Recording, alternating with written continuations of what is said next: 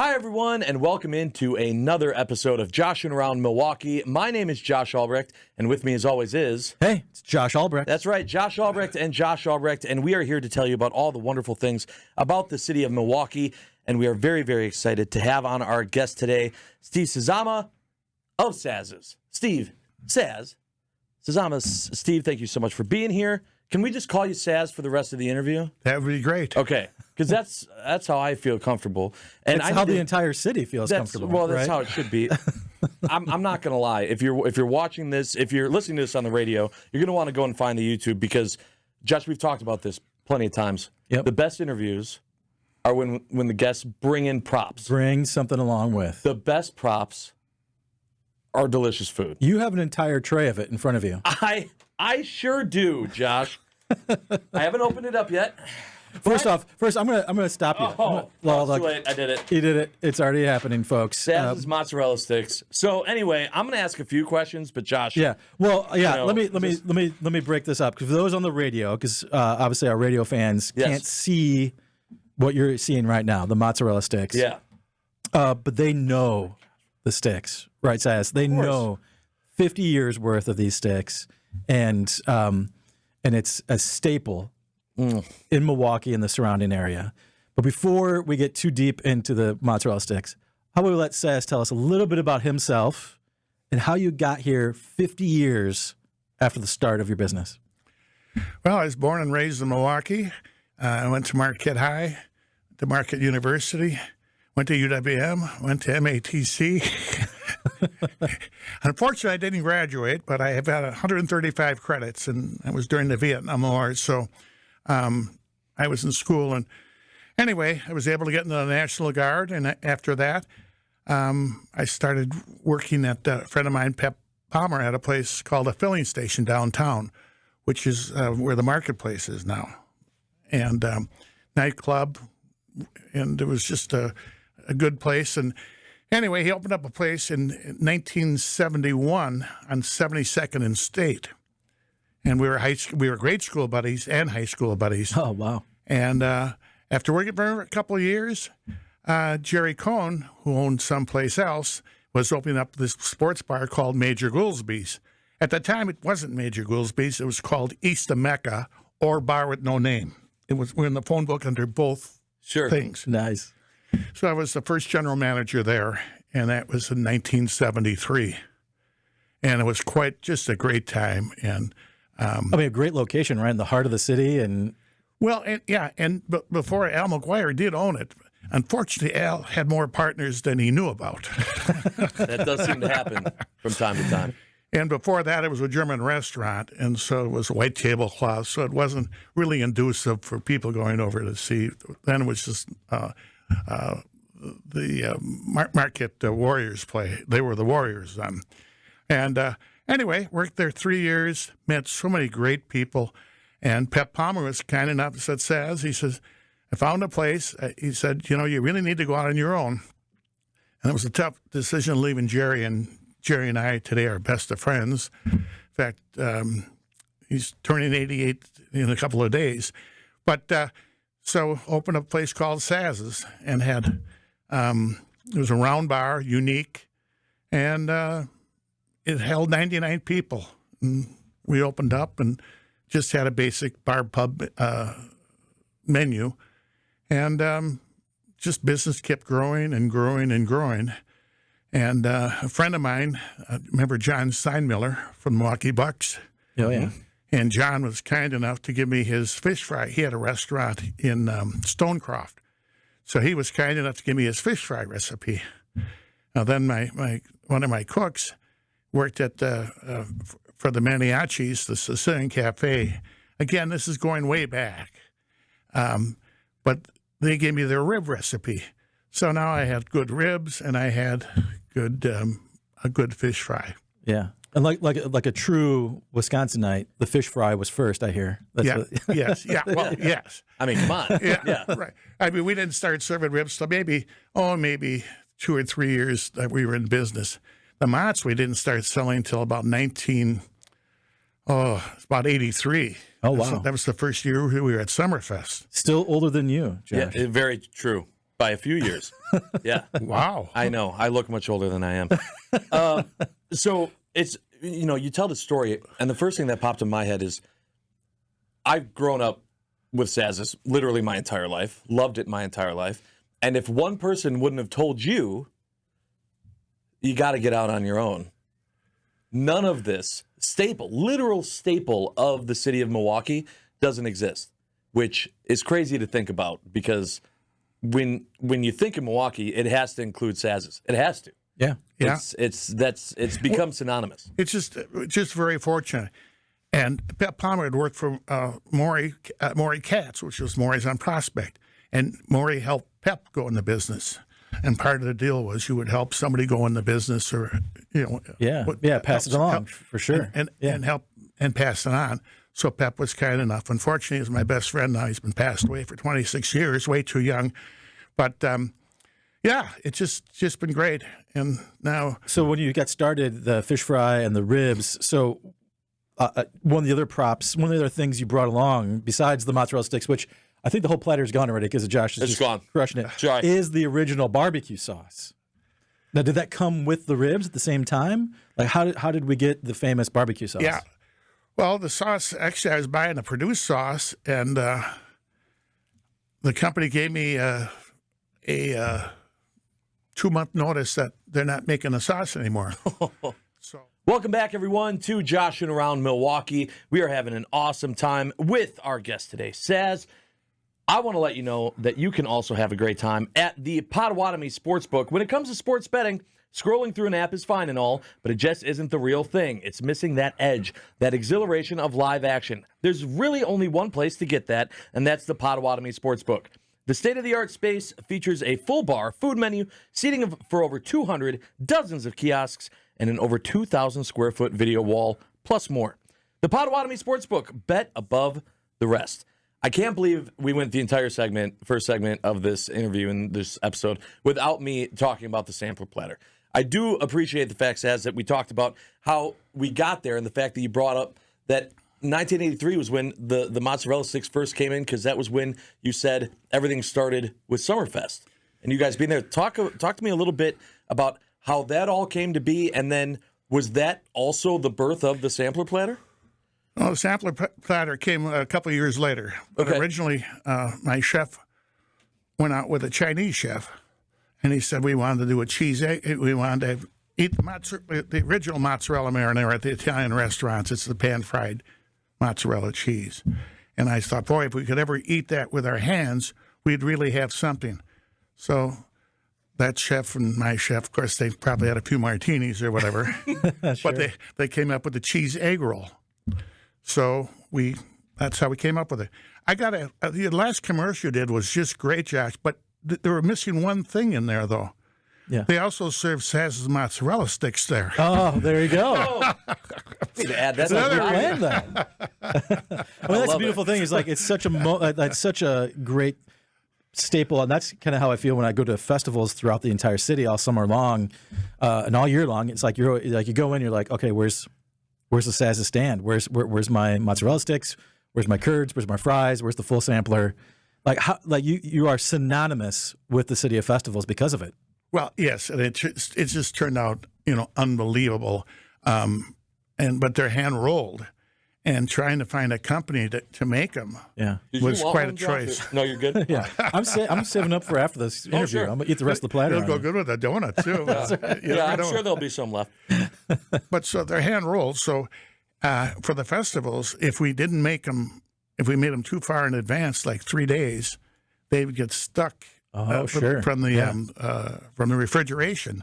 So anyway, we finally figured it out. But there were times at Summerfest where we were literally rolling them at the stand to order because we were. But you've got a different process now. Now they're made up in Two Rivers, Wisconsin, and they do a great job. Riverside Foods and. But are they still hand rolled? They have to be. Oh, that's wow. the secret to it, and that's wow. And the process they use, somebody can hand roll them, but the process that puts the coating on it and everything else it's crazy. That's amazing. It's really fun to go there and see when being made.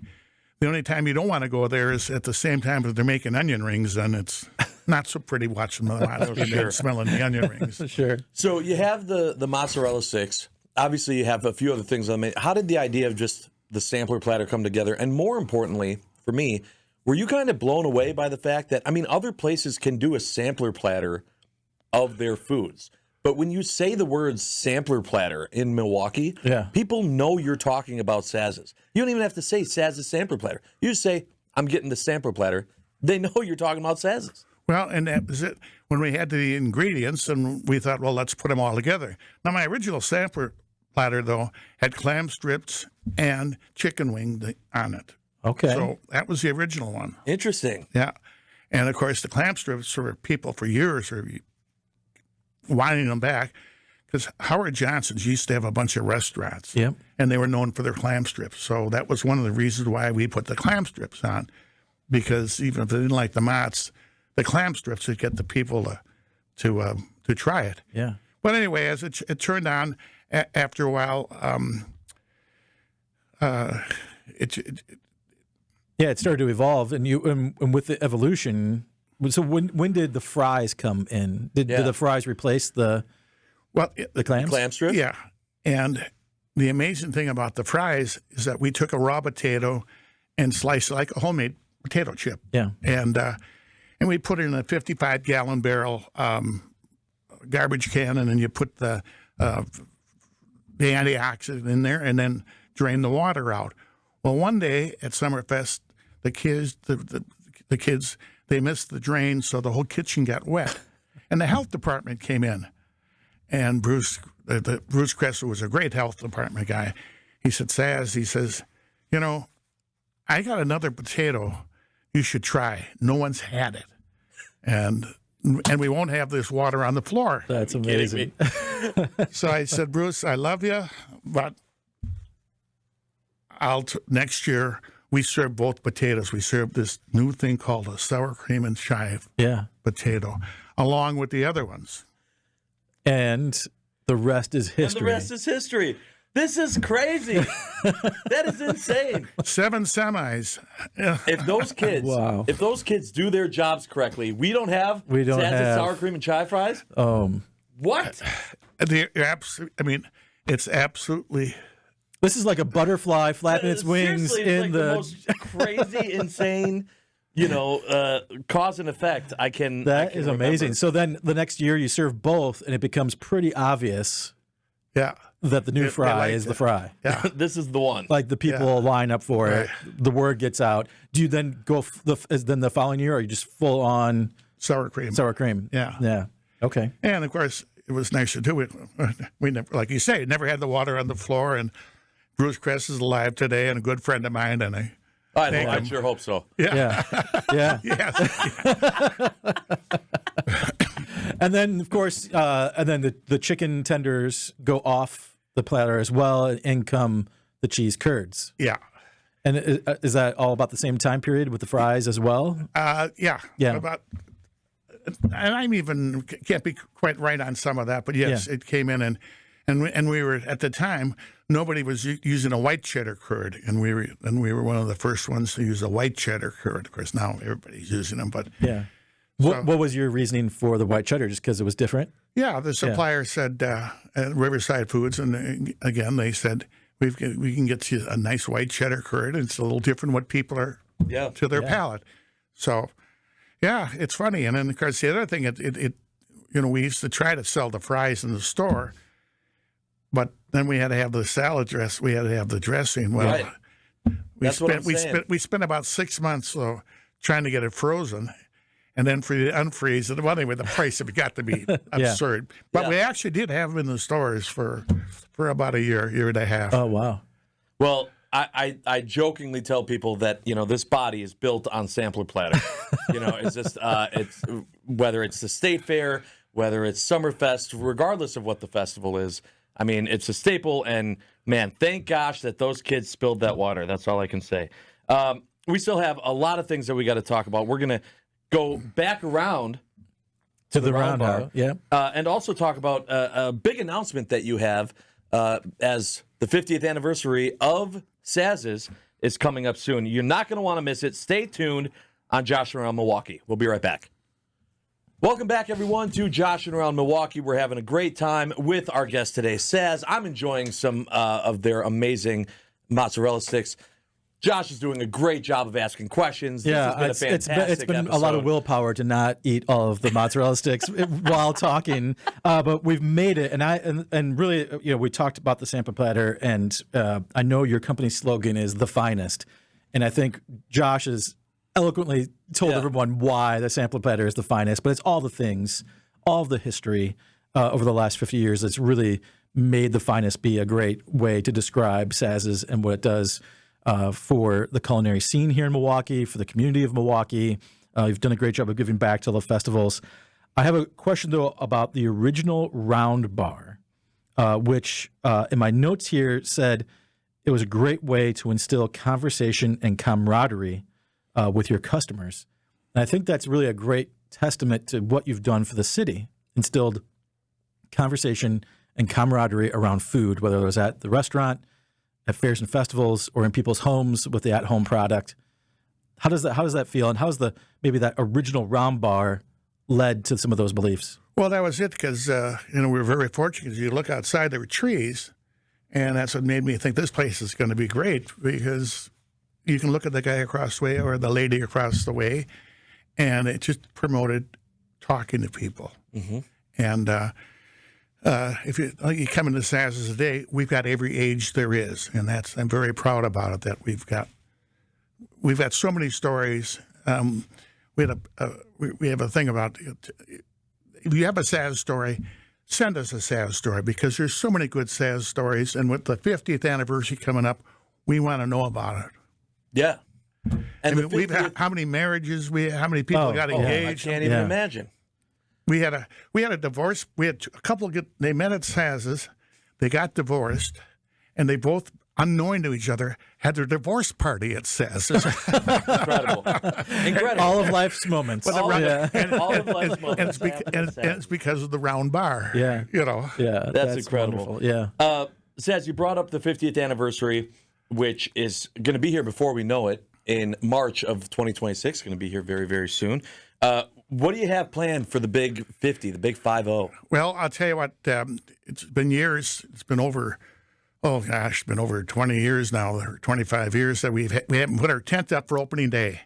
And so we are going to put the tent up for opening day. Hey, I love it. And we're going to extend it for the whole weekend. It's going to be our Festa Sazama weekend. Nice. And I know years ago we used to do it was called the last ethnic festival of the year. But we would have a one-day festival on Sundays at Saz's, and bringing bands in and raise money for local charities. So now we're doing it Thursday, and then Friday will be the big fish fry type of thing. Saturday we're going to have bands, and Sunday also.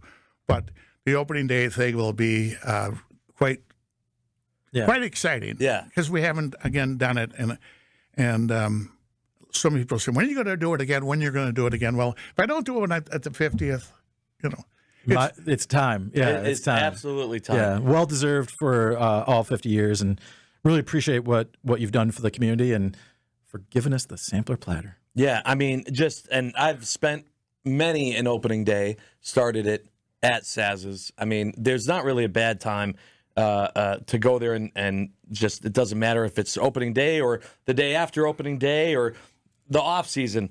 Regardless, you going to Saz's and then going and, as you said, Josh, experiencing it at one of the amazing festivals. And it's not just Saz's State House. It's not just there. It's Saz's everywhere. And being able to enjoy some amazing quality food from a company that really has embraced the city of Milwaukee, which we are all very appreciative for.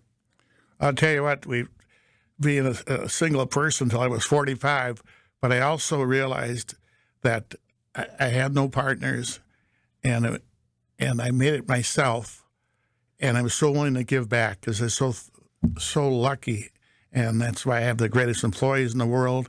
My employees are active in a lot of local community boards. They're giving back. We're very philanthropic. Is we definitely something that we're very proud of. Again, we started with nothing, and And here we are, 50 years later.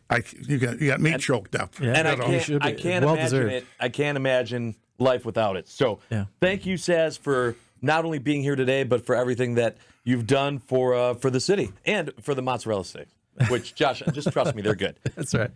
Thank you again, Saz. We appreciate it, and we appreciate all of you joining us for this episode of Joshing Around Milwaukee. As always, for more information, you can find out that at visitmilwaukee.org. All right, everyone, thank you so much for joining us for this episode of Joshing Around Milwaukee. If you're seeing this part of the show, it's because you're watching or listening on one of Visit Milwaukee's social media channels, and as always, we really appreciate it. We're having a great time with our guest Saz today of Saz's. And Saz, this is the time when Josh asks his big question. Take it away. Yeah, so there's a lot of great momentum in the city right now, and I'm sure you've seen it over the 50 years of being in business, but I want to know what's giving you fresh city vibes right now. What's the thing right now that really excites you about Milwaukee? Well, I'll tell you what's really interesting now is to see with the way Sarah Vincetti is working at the Summerfest grounds and what she's doing there, the amount of events now that they're booking on the grounds.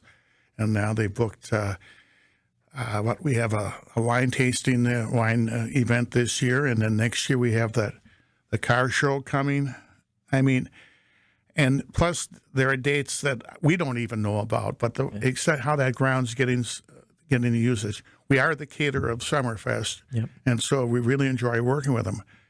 Enjoy working with Visit Milwaukee, and I'll tell you, when the Republican had their convention and they had the party down at Summerfest, I was never prouder than the way the grounds looked and the food we did and what Visit Milwaukee did, how it was just an unbelievable time.